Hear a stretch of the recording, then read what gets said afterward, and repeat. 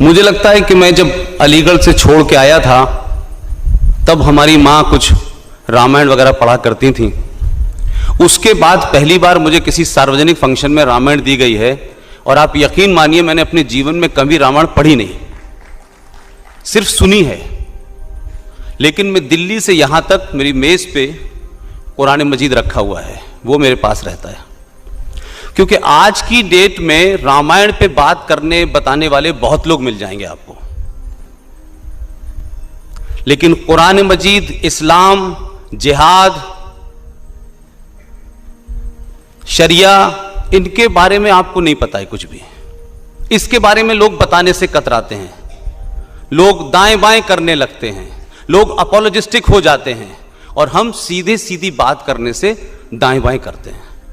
और मेरी फितरत में नहीं है कि मैं किसी से खुश करने के लिए कोई बात ऐसी कहूं जो गलत हो, और किसी को खुश करने के लिए कोई बात गलत की जाए, कोई वादा गलत किया जाए, उसका नाम मेरी नजर में है सेकुलरिज्म। आप झूठ बोलिए, जो सच है उसे न बताइए, और सच को छुपाइए, इसी का नाम हिंदुस्तान में सेकुलरिज्म है, जिसके बीच में बड़ा हूं। और मैं कतई सेकुलर नहीं हूं, एकदम नहीं हूं। बड़े सारे हिस्टोरियन ने बहुत सारी बातें लिखी हैं, लेकिन यह महज दुर्भाग्य इस देश का कि एक तरफा एक सोच के लोगों ने इस देश के इतिहास को लिखा है, और उस इतिहास को इस देश के बच्चे बच्चे के दिमाग में डाल दिया गया है। इसीलिए दिल्ली के अंदर हमको 27 साल में 56 ऐसी सड़कें मिलती हैं जो औरंगजेब से शुरू होती हैं, शाहजहां से निकलती है, सफदरजंग से होती हुई तमाम बाबर रोड मिल जाती हैं, लेकिन हमें दारा शिकोह रोड नहीं मिलती। अब आप कहेंगे कि मैं दारा शिकोह के बारे में क्यों बात कर रहा हूं। हिंदुस्तान के लोगों ने, हिंदुस्तान में बहुत बड़ी तादाद में विद्वानों ने दारा शिकोह को डस्टबिन में डाल दिया, और औरंगजेब 7 किलोमीटर लंबी बनी हुई है। ये रोड क्यों बनी हुई है, ये किसको बताने के लिए बनी हुई है? ये औरंगजेब रोड इस हिंदुस्तान में क्यों होगी? ये बाबर रोड क्यों होगी? ये अकबर रोड क्यों होगी इस हिंदुस्तान के अंदर? अगर हम इतिहास में जब ये पढ़ते हैं, बचपन से पढ़ते पढ़ते बड़े हो गए, ये आक्रांता थे, इन्होंने देश को लूटा, इन्होंने कन्वर्जन किया, इन्होंने भारत की संस्कृति के साथ खिलवाड़ किया, तो आज आजाद भारत में इनके नाम से सड़कें क्यों हैं? इस पे क्यों खामोशी है आपकी? क्यों दारा शिकोह का नाम नहीं लिया जाएगा, जिसने भारत के तमाम पुराने पुराणों को, आपके ग्रंथों को ऐसी ऐसी लैंग्वेज में, ऐसी ऐसी भाषा में, जबान में उसका ट्रांसलेशन कराया, पूरी दुनिया में प्रचार किया? क्योंकि वो मुसलमान होते हुए उसने काफिर का काम कर दिया था, इसलिए उसका नाम नहीं लिया जाएगा। इसलिए जिन्होंने गर्दनें काटी हैं, जिन्होंने कर्जवंश किया है, जिन्होंने बलात्कार किए हैं, जिन्होंने लूट की है, जिन्होंने इस देश के बहुसंख्यक लोगों को बेइज्जत करने के लिए हर शहर के अंदर, हर गली के अंदर मंदिर को तोड़ के मस्जिद बना दिया गया, इसलिए उनका नाम लिया जाएगा। क्यों इस देश के अंदर ताजमहल की बात होगी, वंदे मातरम की बात होगी, राष्ट्रगान की बात होगी, गाय की बात होगी, तो उसको हिंदू मुस्लिम में बांटा जाता है? इसलिए कि एक वर्ग चुपचाप हो जाता है और दूसरा वर्ग खड़े होकर के चिल्लाने लगता है। क्या वजह है इस देश के अंदर कि हम फलस्तीन के अंदर मुसलमानों के ऊपर अगर गोली चल रही हो इजराइल की, तो हम जाग जाते हैं? क्या वजह है कि वही तमाम सारे लोग जो फलस्तीन में होने वाली मौतों पर चिल्लाते हैं, वो कश्मीर के अंदर पंडितों को निकाल दिया जाता है तो खामोश क्यों होते हैं?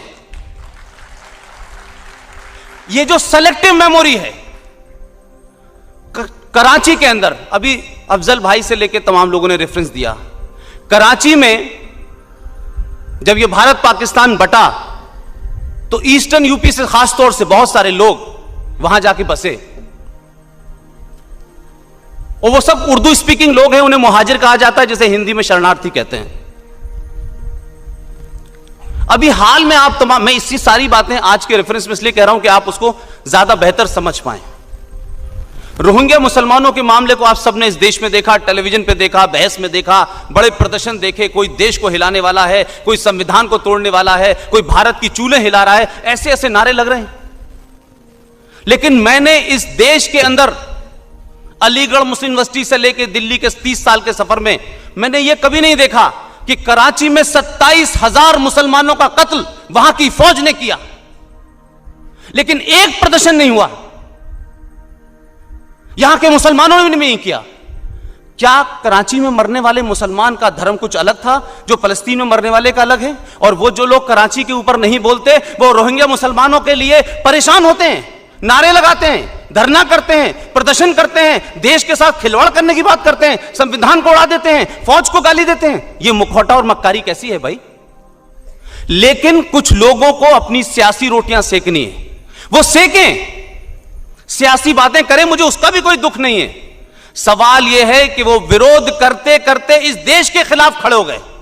आज चर्चा हो रही है कि राष्ट्रगान होगा तो हम खड़े क्यों होंगे? ये जरूरी नहीं है हम क्यों खड़े हों, हमें नहीं खड़ा होना है। क्या ये कंपलसरी क्यों है? ये हमारे ऊपर लादा क्यों जा रहा है? अगर टेलीविजन पे बैठ करके कुछ लोग कहेंगे कि राष्ट्रगान जो 52 सेकंड का होता है हम क्यों खड़े हों, ये जबरदस्ती थोपा नहीं जाना चाहिए, राष्ट्रवाद जबरदस्ती नहीं होता है, अपने मन से होता है, तो हमने तो नहीं थोपा। लेकिन ये मुझे बताइए किस मुंह से तमाम वो सारे लोग जो राष्ट्रगान पे सवाल खड़ा कर रहे हैं, जो 52 सेकंड के लिए नहीं खड़े हो सकते हैं, वो अपने बच्चे से कहेंगे कि स्कूल में जाके राष्ट्रगान हो रहा हो तो तुम खड़े हो? वो बच्चा भी सवाल पूछ सकता है कि मैं पढ़ने जाता हूं, मैं क्यों खड़ा हूं राष्ट्रगान के लिए? ये किधर जा रहा है मुल्क? ये डिबेट किधर जा रही है इस देश में? किसी को वंदे मातरम पे एतराज है कि ये हमारे मजहब के खिलाफ है, किसी को राष्ट्रगान पे एतराज है। एक नेता ने इसी उत्तर प्रदेश के ने कहा कि कारगिल का युद्ध मुसलमानों की वजह से जीता। हमने तो नहीं कहा उसमें हिंदू और मुसलमान थे। आपने अपनी जलील और कमीन सियासत के चलते आपने फौज के अंदर भी फर्क करना शुरू कर दिया। अब हमको नाम गिनाने पड़ते हैं कि देखिए उस फौजी का नाम यह था, फलाने फौजी का नाम यह था, फलाने फौजी का नाम यह था। अभी अफजल भाई ने भारतीय संस्कृति और भारतीय परंपरा की बात कही है। कहा कि भगवान राम जब लंका गए थे तमाम सारी चीजें हुई, उसके बाद उन्होंने लंका पे कब्जा नहीं किया। वो तो मुझे नहीं पता, न उस दौर में मैं था न मुझे पता। लेकिन इस हॉल में बहुत लोग ऐसे होंगे जिन्हें सन 1965 और 71 का युद्ध याद होगा। सन 65 में लाल बहादुर शास्त्री की ज़ेर क़यादत में जब युद्ध चल रहा था तो आपको मालूम है कि भारत की फौजें लाहौर तक चली गई थी। समझौता हुआ, पूरी जमीन लौटाई हमने। हम अगर रोक लेते वहां तो पाकिस्तान की उस वक्त हैसियत नहीं थी कि वो हमसे जमीन वापस लेता। लेकिन यह हमारा इतिहास है, यह हमारा माजी है, यह हमारा कल्चर है कि हम जमीन कब्जाने नहीं गए थे। हम इसलिए गए थे कि आपने धोखे से हमारे ऊपर हमला किया और आपको सबक सिखाना था। सबक सिखाने के बाद हम वापस आ गए। सन 71 के अंदर, सन 71 में जिस पाकिस्तान को ट्यून ओशन थ्योरी पे बनाया गया कि साहब हिंदू और मुसलमान एक साथ नहीं रह सकते, इनका कल्चर एक नहीं है, और ये हिंदू मेजॉरिटी में है, ये मुसलमानों पे कब्जा कर लेंगे, अपना गुलाम बना लेंगे, इसी बात पे तो बनाया गया था। ये तो टू नेशन थ्योरी थी। वो टू नेशन थ्योरी जो बनी वो इस्लाम के नाम पे सन 16 दिसंबर 1971 को 2 टुकड़ों में बट गई। और पता चला कि कुछ पंजाबियों ने और जो हिंदुस्तान से नफरत करते थे उन लोगों ने बंगाल के एक आदमी को जो चुनाव जीत गया था उसको पाकिस्तान की कमान देने से इसलिए मना कर दिया कि ये वो नहीं है, ये तो कुछ बंगाली टाइप का मुसलमान है, इसकी तो भाषा में कुछ संस्कृति आती है, लिहाजा हम इसे बनने नहीं देंगे। और एक मूवमेंट खड़ा हुआ और सन 1971 को पाकिस्तान से ईस्ट पाकिस्तान टूट करके बांग्लादेश बन गया। ये मजहब के नाम पे जो मुल्क बनाया था और ये कहा गया कि दो एक साथ नहीं रह सकते, वो 71 के अंदर चित हो गया। 93,000 फौजी उनको पकड़ा गया, सरेंडर कराया गया। भारत ने उस दौर के भारत की बात कीजिए जब भारत भी बहुत गरीब था, जब अनाज बाहर से आया करता था। उन 95 करोड़ लोगों को महीनों खाना खिलाया, किसी के हाथ पैर नहीं काटे। यह हमारी संस्कृति थी। और आपकी संस्कृति क्या थी कि भारत और पाकिस्तान के बीच में कारगिल का युद्ध हुआ, एक फौजी रह गया पाकिस्तान के अंदर। मैं कैप्टन कालिया की बात कर रहा हूं। उसकी आंखें, उसके गुर्दे, उसके शरीर के हर अंग को निकाला और वापस भेज दिया। यह आपकी संस्कृति है, यह आपका कल्चर है, यह आपका माजी है। हमें बता रहे हैं आप भारत के लोगों को मानवता सिखा रहे हैं। आप हमें मानवता का पाठ पढ़ा रहे हैं। हमने तो नहीं पूछा कि जो लोग ताजमहल के लिए सुबह से शाम तक परेशान हैं कि हम यहां से जाएंगे, पता नहीं कहां जाएंगे, पता नहीं उन्हें कहां जाएंगे। सन 47 में भी कुछ लोग गए थे, बोले हम जब जाएंगे तो ताजमहल भी ले जाएंगे, कुतुब मीनार भी ले जाएंगे।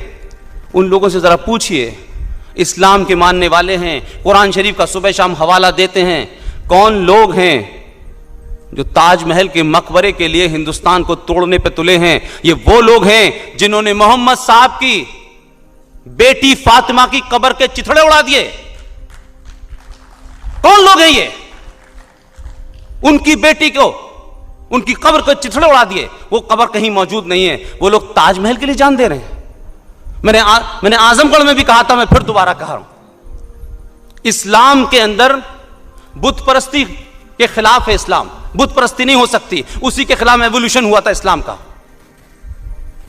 और कब्रों का कंसेप्ट नहीं है कि कब्रें बनाइए, बड़ी बड़ी कब्रें बनाइए, ऐसा कंसेप्ट नहीं है। अगर ऐसा होता तो आधी दुनिया इस समय कब्र में तब्दील हो चुकी होती। लेकिन कब्रों को लेकर के सियासत होती है इस मुल्क के अंदर।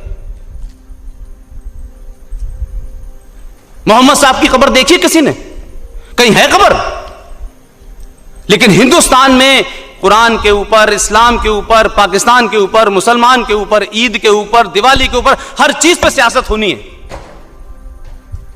हमारे मुल्क में 20 करोड़ के आसपास मुसलमान हैं, तब भी वो लोग वो हमसे पूछ रहे हैं कि आपके मुल्क के अंदर हिंदू मुस्लिम दंगे होते हैं। अरे दंगे भी होंगे, हिंदू मुस्लिम में भी झगड़ा होगा, हिंदू हिंदू में भी झगड़ा होगा, हर तरीके का झगड़ा होगा। क्यों, इंसान नहीं है हम? लेकिन झगड़ा बंटवारे के लिए नहीं होता हमारे हिंदुस्तान में। बंटवारे के वक्त जितने हिंदू पाकिस्तान में थे उसमें 0.1 रह गए। ये वो लोग हैं, वो भारत के दंगों पे बात करेंगे, वो भारत के मुसलमानों को बताएंगे कि तुम पाकिस्तान के साथ तुम्हें अपनी अपनी हुब्बुल वतनी दिखानी चाहिए, क्योंकि हम इस्लामिक मुल्क हैं और ये हिंदुओं का मुल्क है, इसलिए इनके साथ हुब्बुल वतनी नहीं होनी चाहिए। ये दो तरफा बात होगी। इसलिए भारत के मुसलमानों से मेरी गुजारिश है, बार बार मैं कहता हूं, जिस दिन भी भारत के 25 करोड़ मुसलमान 2 रकात एक्स्ट्रा पढ़ लेंगे उस दिन पाकिस्तान समाप्त हो जाएगा।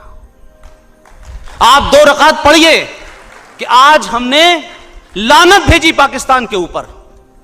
पाकिस्तान जिंदा इसलिए है कि आप खामोश रहते हैं और आपकी खामोशी से उसको लगता है कि बड़ा जुल्म हो रहा है, हमारा मुसलमान भाई बोल नहीं पा रहा है, उसको मारा जा रहा है, उसको लूटा जा रहा है।